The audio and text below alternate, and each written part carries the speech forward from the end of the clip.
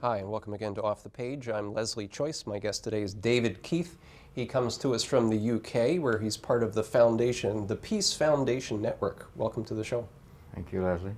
Now, you have what sounds like a tough job here. You've developed a program to help reduce violence, a very, very large, formidable task, and you work with children. Mm-hmm. How do you begin?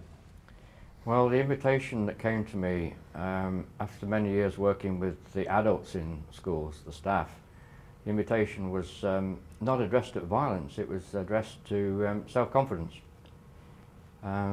We were recognising in the UK that a lot of children suffered a lack of self-confidence, self-esteem, and of course that spills over into difficult social relationships. Feelings of discomfort in children in themselves, not feeling okay about themselves. And so violence erupts out of that, but we weren't looking principally at violence in the first place. We were kind of going behind that, if you see what I mean. And so the program that we designed actually is it's the same program that I was working with adults, because teachers in England were beginning to get really stressed at the changes expected of them by government, successive governments in fact. And so we started working at the level of managing yourself for health and well-being, you know, kind of staying alive through all the changes. And at some point, after several years, somebody said, what about the children? Because they're subject to stress equally, both from home life out there, where there's a lot of unemployment and anxiety about the future and so on. And so that's it. It started there, really, managing yourself for health and well-being. So there's this direct link between sort of the inner life, the inner stress, the outer stress, and even taking it as far as like the global level? Absolutely, yes. And I put the program together originally about 6 years ago out of this request from teachers. And about a year later, I met this literally international program called The Art of Living in Peace. And it's a program written by Professor Pierre Weil at International Holistic University in Brasilia. Mm-hmm. And it was published by UNESCO. And they were wanting to see it throughout as many educational institutions as possible. And because I was already working in schools and I loved the framework of The Art of Living in Peace, I loved it as a kind of educational tool, if you like, broadly speaking. I decided to give it, I guess I'll give this 10 years of my life, I'll go with this one and see where it takes us. Mm-hmm. So yes, inner peace, global peace. Now when you're sitting down with kids, of course you teach teachers now and you also work with children. Sure.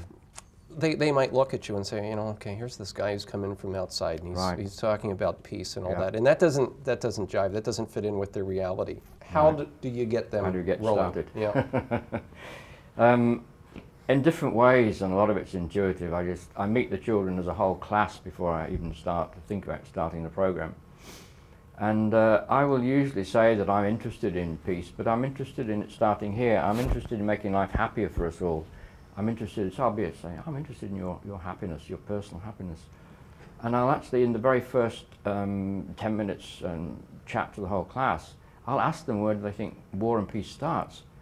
And they'll come up with, both on the playground and at home indeed, and they'll come up with, people trying to take other people's land. So they have a kind of, seem to get a global picture anyway, and they pick it up from wherever they pick it up from. But they're very good at it. They can tune in very quickly. Well, that's interesting. I was driving here today and through a suburban part of Dartmouth, and I saw two little kids, and these were preschool age kids, standing with sticks on the side of the road. Not big sticks, but they were bashing away at each other, stick on stick, something that I could tell probably came from television or a movie or something like that. And I was thinking, oh no, there it is.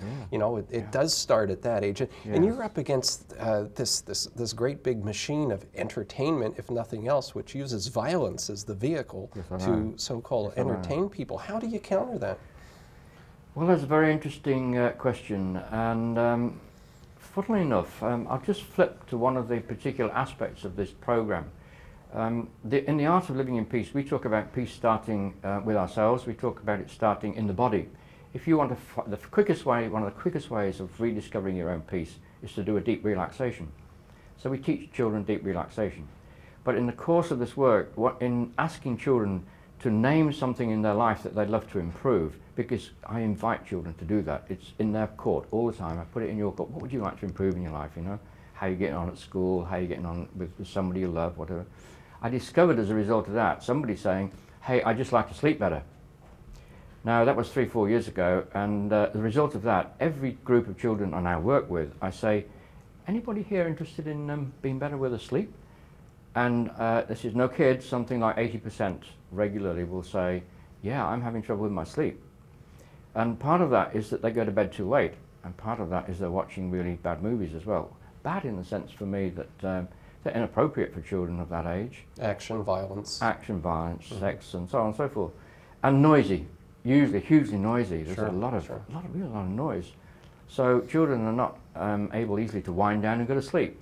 So this is not a direct answer to how do I combat it or how do we combat it, because although there's a lot of research done in the UK which suggests that TV and video, of course, and video as well, which is accessible anytime, contribute to violence in children.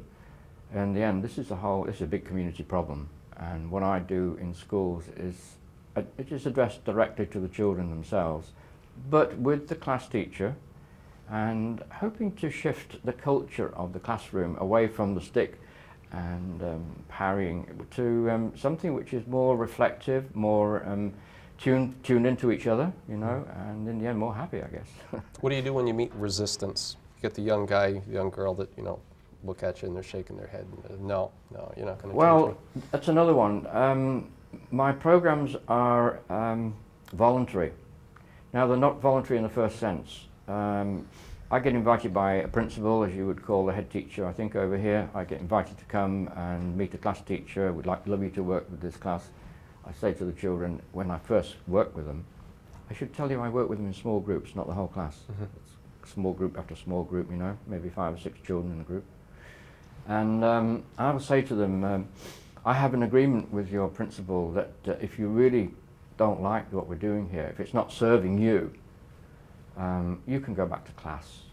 But I would like you to give yourself a break and stay with us for a couple of weeks at least to see how it goes for you, you know. So that's how I deal with what might be skepticism or a little bit of anxiety. They have a real choice. And I will say to them, we will not make you wrong if you want to go back to class. It's okay. We're just recognizing that this group is not serving your best interests. Well, that's pretty interesting. Your style is obviously quite different from some of the early teachers that I had who, if they were trying to teach me anything, were saying, right, yes. you do this. You have no choice. Yeah, but I have the privilege, you see, of being invited into the school. And because I'm privileged in that sense, I also stake out my agreement with the head teacher and the class teacher. I say, this is how I work. And it's like, how does that suit you? And they say, okay, all right, we'll go along with that. Go back to the core of that process again. How do you instill inner calm in today's children? Okay, can I show you a photograph? Sure. I thought we might be able to home in on one of these. Okay, if you hold it up and face it that way. Over there, okay, like that. That might work. How would that be? Oh, yes, over this here. one. This was the lad. Now, this is an invitation to children at the beginning of every time we work together to sit and to be still. I'm much more relaxed on the one hand. And here you've got a group of children. Incidentally, some Kosovo refugees landed in Sheffield, and this is one of them, bless him. And this is a lad who was a school bully and declared himself to be so, only at the end when he said he'd changed, he'd shifted because he felt more relaxed and a few other things as well. But this is the group of children, or this is 4 out of 6 or 7 of them, who are sitting at the beginning of a session with us in the way they will do this every session. So we have 6 sessions, and that's the way we begin. Shoes off, circle, and we go quiet, and it's like the beginnings of a meditation. So it's, okay, sit up nice and straight, you know, and put your feet firmly on the ground and relax and feel really good. Your shoulders down, and pretend there's somebody pulling you up a bit, and, you know, like a puppet, and then relax. And as soon as you like that, close your eyes. And as soon as the children's eyes are closed, I invite them to notice the stillness inside them. The quietness, and there's a hush, you know, and then I'll say, notice how quiet the group is, and then I'll take them on to focusing on the breathing. And that might be really quite a rare experience for a a child. It's really different from watching television. It's a really new one. From running around on the playground even. Absolutely, it's a really new one. And the nice thing about this, of course, Leslie, is that if I've got the full cooperation of the teacher, which is what we always look for continuity, obviously, And also so that the class teacher doesn't kind of lose, if you know what I mean, the children while they're working with me as the visitor. What I invite the class teacher to do is to take this into class. So, and the children quickly get used to it and look for it. And so a class teacher will say, when they first gather in the morning, okay, registration, names, everybody here. Okay, let's just go quiet for a moment. Like you do in the groups, you know, in the peace groups, and just go quiet. And eventually it becomes the kind of habit that they love and want. So that's part of it. And the other side of it is that we teach them deep relaxation on the floor. And interesting, don't forget, this is what I was doing with staff long before I was doing it with the children. Learning to sit quietly, to relax, to focus themselves, and the deep relaxation on the floor. And that actually the children love more than anything. Wow. So it's both physical and mental. It's physical, mental, it's emotional. It's all three. Yeah. And although you're working at the personal level, physical, emotional, mental, at the personal level, because we're doing it in a group, it's social as well. Yes. It has the social relationship instantly there. And so you're talking immediately about a culture, shifting a culture. You say that children are inherently intelligent and compassionate. How do you know that? It's a belief I have. It's a belief I have. It's where I start from. It's part of my toolkit. I'm an engineer to start with. I used to be a seafaring engineer, so I always think of toolkits, you know. And but this is my toolbox. The one I'm coming up with now is my toolbox, and other little bits like teaching children relaxation and sleep, they're in the part of the toolkit. Yes. My toolbox is that I believe that we are all basically good. We are not sinners by birth. I really do. I believe we're all basically good. And to the extent that we are helped to develop that or not, so it is. And so many of us, so many children, find themselves in a situation where it's not easy to hold that goodness, and sometimes it's not easy. Sometimes it's not easy because our basic needs are not fulfilled. So I think that basic needs like being held as a child, having safety needs met and all that kind of thing, they all contribute to that basic goodness being held and developed. Yes. Yeah. Now, you mentioned you were a seafaring man Yes, before I was. you came into this kind of life. Did you learn anything at sea and all that traveling around on the oceans that aids you today in this kind of work that Yes, you're I doing? did. Yes, I did, very much. There's a message in here for my fellow men in this one. I discovered at sea, I would be away 12 months. In those days, we were away on tankers 12 months at a time. These are like big oil tankers. Yeah. Well, big those days was a lot smaller than it is now, but yeah, big oil tankers. And I discovered there that that men were really like little lads, and that we weren't quite sure of how to be gentle little lads. And you were tough guys. You were that big tough guys. we had out to at be sea. big tough guys. On And ships. the interesting time I discovered this was on the night watches. You know, you'd be on watch 4 hours on, 8 hours off, and the watches would change, and you would change your watches. So between the hours of 8 o'clock at night and 8 in the morning, you wouldn't be doing any work in the engine room because you would be waking people up topside. So, and it's like the same, I think it's the same in nursing and all sorts of, whereas a night watch, people talk and open up to each other much more. And I discovered the willingness of men to do that and talk about things that really mattered, life and death and relationships and so on.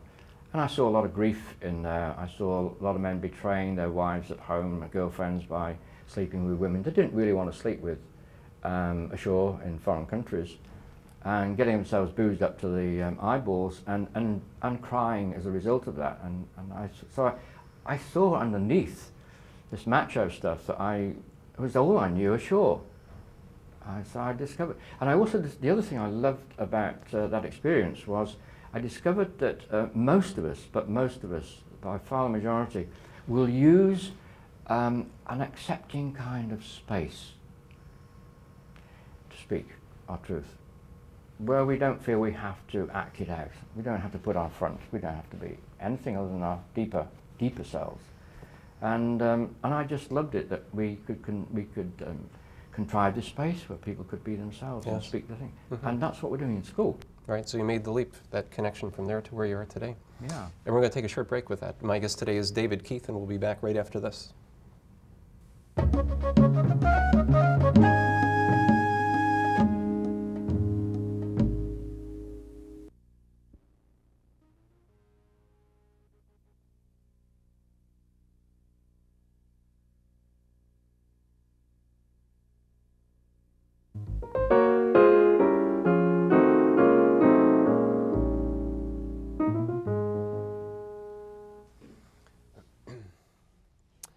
Welcome back to Off the Page. My guest today is David Keith. David, tell me about Pierre Weil, a man you met who was very much a kindred spirit. I believe you met him at Findhorn. What did you and he have in common? Okay, well, Pierre Weil is a Central European by birth who really experienced the traumas of war and national identification, and found himself eventually, long stories short, found himself after becoming master in yoga and a long retreat. He said he went for a short retreat. It ended up with a 3-year retreat in a Buddhist monastery someplace. He found himself in the end invited to set up a holistic university in Brasilia, that amazing capital of Brazil, stuck out in the wilds as it is. And he has been interested in this, the total connection and the total interrelatedness of all things, if you like. This is where I come onto something which is not specifically Pierre, but Pierre kind of espouses it and works it into his teachings and so on. And we're living now in what we call a paradigm, a way of seeing the universe, which suggests still that everything is separate from everything else. Fragmented. Yeah. Fragmented universe. It's down, people mostly say it's down to Newtonian physics and the thinking of René Descartes and so on. And but there has been this, what I call a re-emerging paradigm, because it's actually as ancient as the hills and got kind of squeezed out for a long time. This re-emerging paradigm, which is backed hugely and excitingly by quantum physics and quantum mechanics, that the universe is a great big dance of particles. And that while you and I are distinct on the one hand and separate in that sense, yet when you boil us down to our smallest bits and pieces, we are a dance of particles sitting here. And I find that just extraordinarily exciting. And what it triggers in for me is straight away is I'm saying yes, yes, yes to that, because since I was a small lad, I could never work out why we were competing with each other, bashing each other up. You know, the two kids on the street, and I think, why are we doing this? They wanted to try and get me to box at school. And I said, I don't want to beat hell out of this guy, and I don't want him to beat hell out of me either, for that matter. So all that going on, and this strong sense, which I re-met through Pierre Weil's work at Findhorn, saying yes, yes, yes, yes, this is what I want to do. So I want to work with a program, as I was working with a program, but I want to kind of up the stakes and bring it to this international program level. So I kind of put all my work that I was already doing into the Art of Living in Peace program because it fits perfectly. And I think that's our connection, as so many more people are moving and thinking like this. It's really exciting. Yes. It's not organised, but there. What about when you look at the world again from the global perspective, and there's war here, and there's tension here, and there's hatred between this group and that group. Yeah. Do you feel that you personally can make a difference in that big problem? Yeah, right. Oh yes, absolutely. And this is another wonderful kind of affirmation, if you like, which comes out of the understandings of the universe in quantum physics and mechanics. Everything's connected to everything else. So every word you and I speak today is making a difference out there.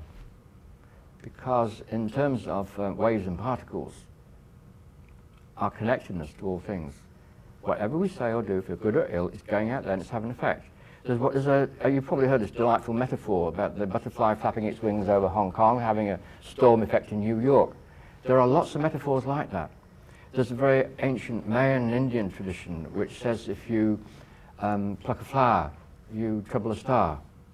And you know, so there's a strong sense that whatever happens. So my sense is that you just get your head down and you do what you do for yourself and you send the ripples out. In here, there's a photograph of children who have made up a lovely wall display of what they call a peace pond. And their contribution to peace is to be the beautiful selves they already are, which is my phrase for them, and I invite them to be that.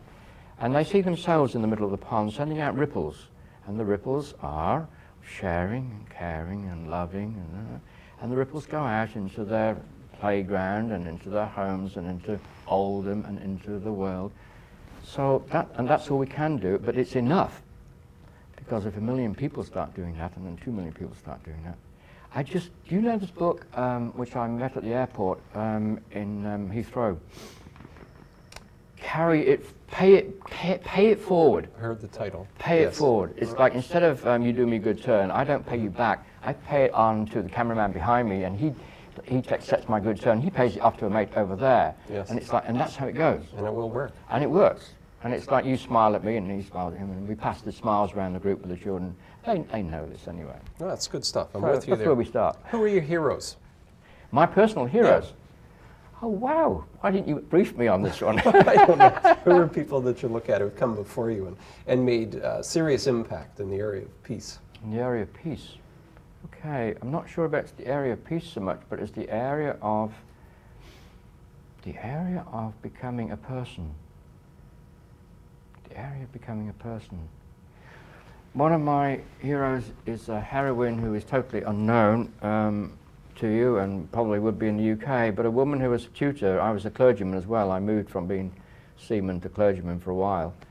And she was a heroine to me because she exhibited assertiveness and a gentleness. She has exhibited the kind of masculine, feminine energy balance that seems so perfect for a woman. And she always knew what the right book for me was to read. Mm-hmm. So one of my heroes in those early days would be Carl Rogers, who she introduced me to through a book on becoming a person, I Yes. think it was at the time. And I think my heroes have been people I've met through books as much as anything. Mm-hmm. But they've also been very ordinary people. And I worked with an engineer once who I would say was a hero to me. And again, he would be unknown to everybody else in the world except his family. Right. And he used to come up onto the ship's side with me. And while he'd love to bully me, because I was an apprentice on his ship, while he used to bully me while we were downstairs in the engine room, he would come up at sunrise where I had a job to do on deck. And we would stand there and watch the sunrise. And at that point, he was man and I was man, and that's all. We'd lost our rank, and he was a right hero at that stage. And an unlikely guru, but he was the one at the Absolutely, time. he's and place. beautiful. Just Yeah. just the way he was. It's like, yeah. So- Okay. My guest today is David Keith. We're going to take a very short break and be back to say goodbye right after this.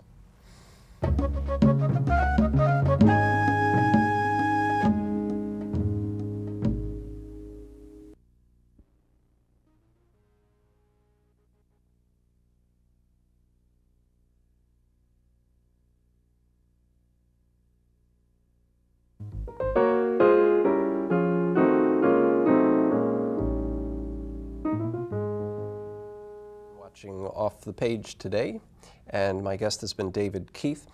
David, what's the spiritual component of this philosophy of peace education? Well, it's a massive question, and I know it's got to be a short answer, but I've already referred to it, so that helps. It's the interconnectedness of all things, but it's more than that. I believe that the universe runs on a dynamic called love, however, whatever you mean by that, but at least it means that when we are open to one another, when we open our hearts, open our eyes, open our minds and hearts to one another, this funny stuff called love, it flows, and it makes for creativity and joy and peace, and I guess it's connectedness and love that is the dimension that I'd be pushing. Yeah. Well, you have an excellent message, and I'm glad that you've come to North America to share this with us. Thank you very much, David Keith. Thank you. And thanks for watching Off the Page. I'm Leslie Choice. I'll see you again next time.